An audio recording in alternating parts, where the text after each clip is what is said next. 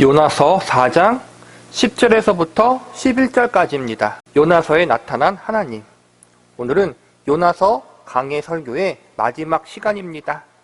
약 3개월 동안 요나서 말씀을 차례대로 공부하면서 요나서 말씀 속에 담긴 교훈과 메시지들에 대해서 배웠습니다.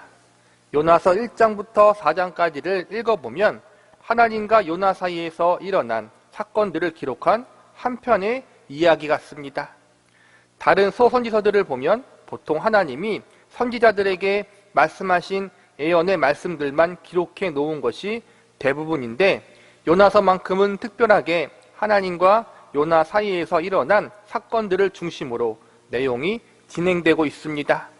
요나서 1장에서는 하나님 말씀을 거역하고 도망가던 요나를 끝까지 추격하시고 붙잡으시는 하나님에 대해서 배웠고, 요나서 2장에서는 물고기 뱃속에서 고난당하며 회개하는 요나의 모습에 대해서 배웠습니다. 그리고 요나서 3장에서는 마침내 순종의 자리로 간 요나가 니느웨 백성들에게 하나님 말씀을 전했고, 그 말씀으로 인해 니느웨 백성들이 회개하는 역사가 일어남을 목격했습니다. 그리고 요나서의 마지막 장인 4장에서는 회개함으로 심판을 면한 니느웨 사람들을 싫어하던 요나의 모습을 살펴보았습니다. 우리는 오늘 요나서 말씀을 마무리하면서 우리가 그동안 배운 요나서 말씀을 통해 알게 된 하나님은 과연 어떠한 하나님이신지에 대해서 살펴보고자 합니다. 사실 요나서의 가장 중심적인 메시지는 하나님을 알아가는 것입니다. 요나를 포기하지 않고 붙잡으셨던 하나님, 요나에게 다시 기회를 주신 하나님, 이방인이었던 니느웨 사람들에게도 기회를 주신 하나님, 그들의 회개를 기뻐하시고 그들을 향한 멸망의 뜻을 돌이켰던 하나님이 어떠한 분이신지 알아가는 것이 요나서의 가장 중요한 교훈입니다. 우리는 오늘 요나서 말씀을 끝마치면서 요나서 말씀 가운데 나타난 하나님이 어떠한 분이신지, 이 말씀들을 통해서 어떠한 하나님을 만날 수 있는지에 대해서 알아보는 시간을 가져보도록 하겠습니다. 첫 번째로 요나서 말씀을 통해서 창조 세계의 주관자이신 하나님을 만날 수 있습니다. 요나서 말씀을 공부하면서 요나서에 나타난 하나님이 어떠한 모습으로, 어떠한 하나님으로 나타납니까? 요나서 1장에 보면 하나님 말씀 듣기를 거부하고 배를 타고 멀리 도망치던 요나가 큰 폭풍을 만나는 장면이 나옵니다. 폭풍이 너무 거세지자 배가 침몰하게 되는 위기를 겪게 되고, 사람들은 이 위기가 누구 때문에 오는가를 제비를 뽑아서 알아내기로 결정합니다. 제비를 뽑자 누가 선택됩니까? 바로 요나입니다. 요나는 자신이 하나님을 피하다가 이러한 재앙이 발생한 것이라고 고백합니다. 그러면서 이렇게 이야기합니다. 요나서 1장 9절과 10절입니다. 그가 대답하되 나는 시브리 사람이요 바다와 육지를 지으신 하늘의 하나님 여호와를 경유하는 자로다 하고, 자기가 여호와의 얼굴을 피함인 줄을 그들에게 말하였으므로. 여기서 보니까 요나가 자신의 죄를 말하면서 하나님이 바다와 육지를 지으신 하늘의 하나님이라고 고백하고 있습니다. 자신이 섬기고 있는 하나님이 이 세상을 창조하신 창조주 되신다고 말하고 있는 것입니다. 그리고 지금의 이 폭풍의 재앙이 자신의 잘못 때문에 일어난 것임을 고백하면서 창조주 하나님이 지금 바다와 하늘의 바람을 주관하사 불순종한 요나를 추격하고 계시다고 이야기합니다. 여기서 알 수 있는 것이 무엇입니까? 하나님은 창조주이시면서 동시에 그분이 창조하신 이 세상을 주관하고 다스리시고 계시다는 사실을 알 수 있습니다. 또한 2장에서는 물에 빠진 요나를 큰 물고기가 삼키게 되는데, 이 과정에서 하나님이 물고기를 예비하셨다라고 나와 있습니다. 그리고 2장 마지막에는 물고기에게 명하셔서 요나를 육지에 토해내게 하십니다. 깊은 바닷물 속에 물고기를 예비하사 물에 빠진 요나를 구하신 하나님, 그리고 3일 동안 물고기가 요나를 소화시키지 않게 하신 하나님, 마지막에 요나를 다시 육지에 토해내게 하신 하나님, 여기서도 하나님은 그분이 창조하신 피조물을 주관하고 계심을 목격할 수 있습니다. 하나님이 명하시면 창조 세계의 바다와 하늘의 바람이 그분이 명하신 대로 움직입니다. 하나님이 명하시면 물고기까지도 그분의 뜻대로 순종을 하게 됩니다. 이처럼 모든 창조 세계가 하나님의 말씀과 그분의 뜻에 복종합니다. 그런데 유일하게 하나님의 형상대로 지음받은 인간만이 하나님 앞에 거역과 불순종으로 일관합니다. 하나님의 백성이요 선지자라고 자부하던 요나까지도 이러한 잘못을 범합니다. 인간이 하나님의 말씀과 뜻에 거역하고 불순종할 수 있다는 것은 참으로 놀라운 일입니다. 모든 창조 세계의 피조물들이 하나님 말씀에 복종하는데 유일하게 인간만이 그 말씀을 거부할 수 있습니다. 이것은 무엇을 의미합니까? 인간이 다른 피조물들과 다르게 자유의지를 가진 존재로 창조되었다는 것입니다. 인간은 스스로의 의지를 가지고 하나님 말씀에 순종할 수 있고 반대로 거절할 수도 있습니다. 자유의지를 가졌다는 것은 하나님이 인간을 다른 피조물들과 다르게 인격적인 존재로 지으셨다는 것을 알 수 있습니다. 인격적으로 지으셨다는 것은 일방적으로 하나님의 말씀을 전달하고 무조건적 복종케 하는 존재로 만드신 것이 아니라 우리가 생각하고 고민하고 스스로 결정하여 하나님의 말씀을 따를 것인지 거부할 것인지를 결정할 수 있는 존재로 우리를 지으신 것입니다. 바다와 땅과 하늘은 인격적인 존재가 아닙니다. 물고기와 다른 생물 역시도 인격적인 존재들이 아닙니다. 하나님은 그들과 인격적인 교제를 하지 않습니다. 다른 피조물들은 자기 결정권이 없이 그저 하나님의 말씀만 무조건적으로 복종하면 되는 존재들입니다. 그러나 하나님 형상대로 지음받은 인간은 다릅니다. 결국 인간이 자유의지를 가지고 있다는 것은 하나님이 우리를 존중해 주시고 대우해 주시기 위해서입니다. 우리는 하나님과 서로 이야기하며 우리의 생각을 아뢰며 교제할 수 있는 존재들입니다. 하나님의 말씀과 뜻에 무조건적으로 강압적으로 복종하기보다는 스스로의 의지를 가지고 기꺼이 순종하는 자리에 갈 수 있는 존재로 지으신 것입니다. 이 점이 매우 중요합니다. 창조주 하나님, 이 세상의 주관자이신 하나님의 존중과 대우를 받을 수 있는 유일한 존재가 바로 저와 여러분들인 것입니다. 그만큼 저와 여러분은 매우 소중하고 존귀한 존재들입니다.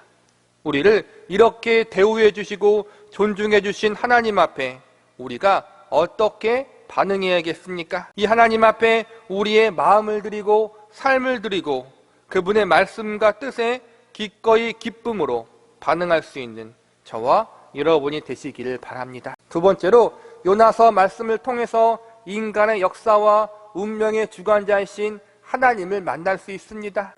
요나서 1장과 2장에서는 창조 세계를 주관하시는 하나님의 모습을 발견할 수 있습니다. 이어지는 요나서 3장과 4장에서는 하나님이 인간의 역사와 운명을 주관하신다는 사실을 배울 수 있습니다. 이 세상의 모든 것들이 하나님의 창조물들입니다.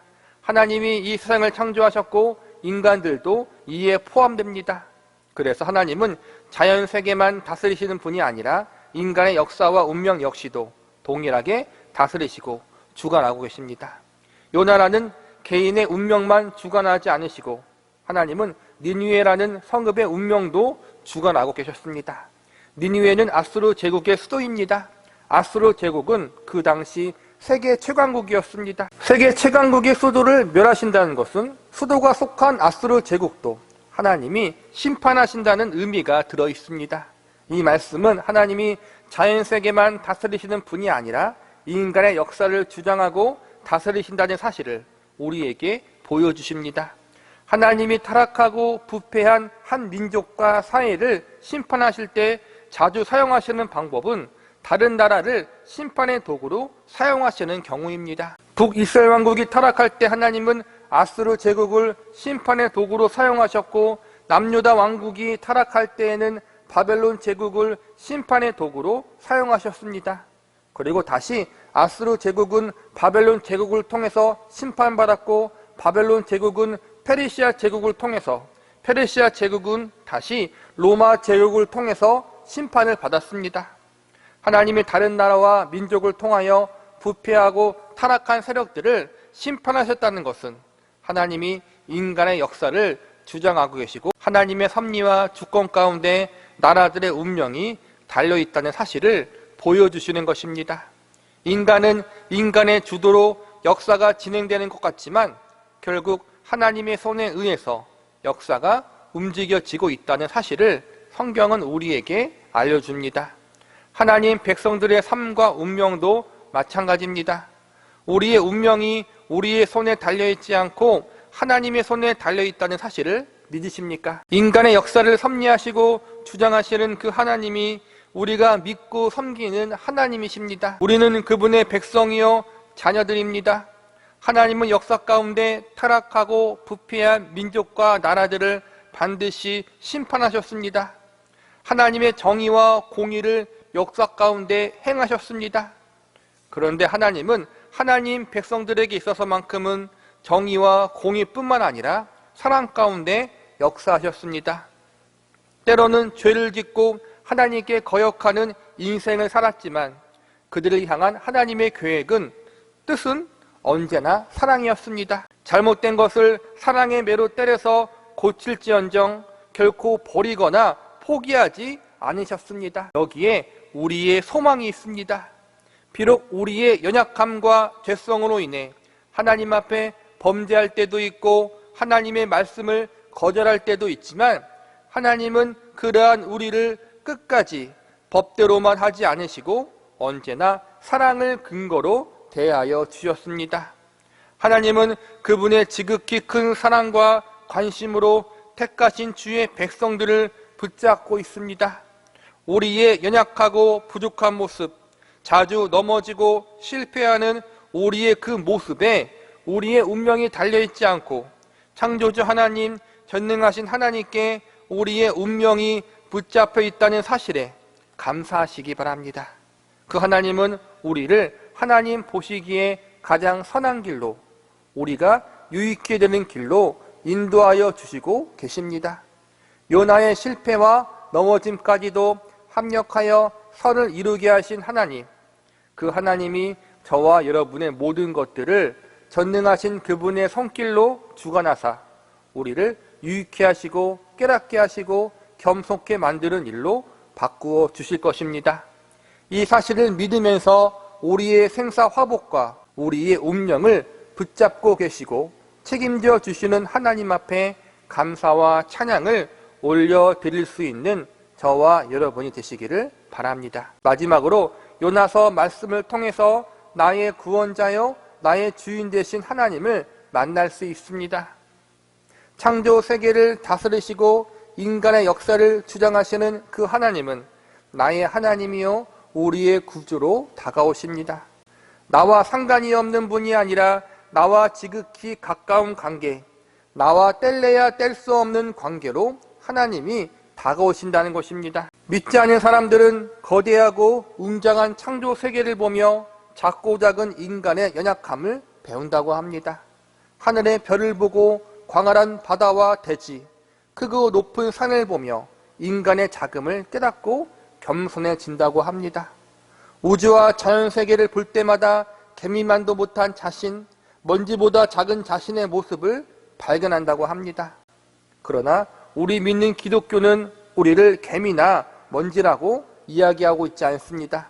우리는 그렇게 보잘것없는 존재가 아닙니다.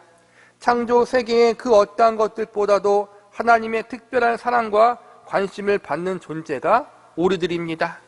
하늘의 별과 땅과 바다, 이 세상의 그 어떠한 피조물보다 우리를 소중하고 존귀하게 여김받는 존재들이 우리입니다. 이 사실에 자부심을 가지시기 바랍니다. 우리가 얼마나 귀한 존재인지 하나님의 독생자이신 예수 그리스도의 생명까지 우리를 위해 내어주셨습니다. 우리 안에 예수님의 생명이라는 값이 있습니다. 그러므로 세상 그 어떠한 것들보다 우리는 존귀하고 소중하고 특별한 존재들입니다. 하나님의 지극히 큰 사랑과 관심을 받고 있는 우리들의 운명을 하나님이 붙잡고 있습니다. 그리고 우리를 하나님 보시기에 가장 선한 길로, 우리가 유익해 되는 길로 인도하여 주시고 계십니다. 우리를 그분의 눈동자와 같이 여겨주시고 그분의 생명 같은 존귀한 자녀로 여겨주시는 하나님, 그 하나님이 우리의 하나님이요 아버지라는 사실을 기억하시기 바랍니다. 아버지가 자녀를 대하듯 우리를 그렇게 대하시고 인도하신다는 사실을 믿으시기 바랍니다. 우리는 단순한 하나님의 피조물이 아닙니다. 종의 신분으로만 머물러 있는 존재들이 아닙니다. 우리는 창조주 하나님을 당당히 아버지라고 부를 수 있는 존재들이요, 하나님의 은혜의 보좌 앞에 담대히 나아갈 수 있는 자녀들입니다. 그 어떠한 세력들도, 심지어 나의 연약함과 실패까지도 이 하나님 아버지의 사랑 안에서 우리를 끊을 수 없다는 사실을 명심하면서 나의 구주가 되시고 나의 아버지가 되시는 하나님을 찬양하고 경배할 수 있기를 바랍니다. 말씀을 마무리하겠습니다. 하나님은 전지전능하신 하나님이십니다. 그분은 이 세상을 창조하시고 다스리시며 인간의 운명과 생사 화복을 주관하시는 분이십니다. 그리고 그 하나님은 나와 아주 깊은 관계를 맺고 계시는 나의 하나님이요 나의 아버지십니다. 하나님은 요나에게 그의 하나님이요 그분의 아버지가 되시는 그분이 어떠한 마음을 품고 계시는지 알려주고 싶으셨습니다. 사실 요나서는 니느웨 백성들의 구원에 대한 내용이 가장 중요한 핵심이 아니었습니다. 이것보다 더 중요한 내용은 이방인이었던 니느웨 백성들을 회개케 만들기 위해서 요나를 부르시고 도망치던 요나를 끝까지 붙잡으셨던 하나님이 어떤 분이신지 하나님의 백성인 요나가 아는 것이라고 할 수 있습니다. 요나가 섬기는 하나님 백성들의 믿음의 근원이요 경배의 대상이신 하나님이 과연 어떠한 분이신가, 이 사실을 알려주는 것이 요나서의 초점이라고 할 수 있습니다. 실제로 요나는 1장부터 4장까지 여러 가지 사건들을 겪으면서 요나는 이방인들을 향한 하나님의 자비하신 마음과 하나님 백성을 향한 크신 은혜와 사랑에 대해서 깊이 깨닫게 됩니다. 요나는 이 모든 과정을 통하여 자신이 믿고 섬기는 하나님이 어떠한 분이신지를 더욱 깊이 알아가게 됩니다. 불순종한 자신을 버리지 않으시고 다시 살리사 다시 한번 순종할 수 있는 기회를 주신 자비하신 하나님을 알아가게 됩니다. 죄인들을 벌하시고 심판하시는 것이 전부가 아니라 그들에게 돌이켜 회개할 수 있는 기회를 주셨던 하나님, 긍휼과 자비가 풍성하시고 은혜가 한이 없는 분이 바로 요나가 믿고 섬기는 하나님이심을 알게 됩니다. 하나님을 아는 요나의 믿음과 신앙은 이 과정들을 지나면서 더욱 성숙해지고 자라나게 됩니다. 요나서의 가장 핵심 메시지는 요나서 마지막 말씀인 4장 10절과 11절이라고 생각됩니다. 제가 4장 10절과 11절을 읽어드리겠습니다. 여호와께서 이르시되 내가 쓰고도 아니하였고 재배도 아니하였고 하룻밤에 났다가 하룻밤에 말라 버린 이 박넝쿨을 아꼈거든. 하물며 이 큰 성읍 니느웨에는 좌우를 분별하지 못한 자가 12만여 명이요 가축도 많이 있나니 내가 어찌 아끼지 아니하겠느냐 하시니라. 여기서 보면 하나님이 요나에게 니느웨 사람들을 아끼신다라고 말씀하십니다. 비록 하나님을 온전히 믿지 않는 이방 민족이었지만 그들이 멸망당하는 것을 원치 않으시고 죄에서 돌이켜 살게 되는 것을 더욱 기뻐하신다는 것입니다. 지금 하나님은 요나에게 그분의 마음을 보여주고 계신 것입니다. 전능하신 하나님, 창조주 하나님이 굳이 요나에게 이러한 말씀을 하신 이유가 무엇입니까? 하나님은 요나에게 강압적으로 내가 살리면 살리는 것이지 뭐 그렇게 불만이 많니? 너는 그냥 내가 시키는 대로 해라. 이렇게 말씀하실 수도 있었습니다. 그런데 하나님은 지금 굳이 그분의 마음을 요나에게 말씀하십니다. 왜 그렇습니까?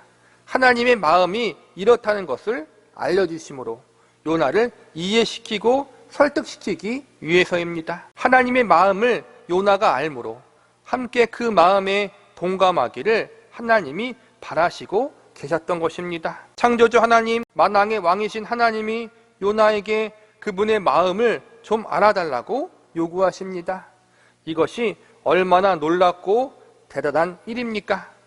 요나에게 하나님의 마음을 알아달라는 것은 지금 요나를 하나님의 종으로만 여기지 않고 그분과 교제하며 인격적인 관계를 맺는 존귀한 존재, 그분의 자녀와 같이 대우하고 계시는 것입니다. 우리도 마찬가지입니다. 하나님은 우리가 단순히 하나님을 열심히 믿는 것만 바라시는 것이 아닙니다.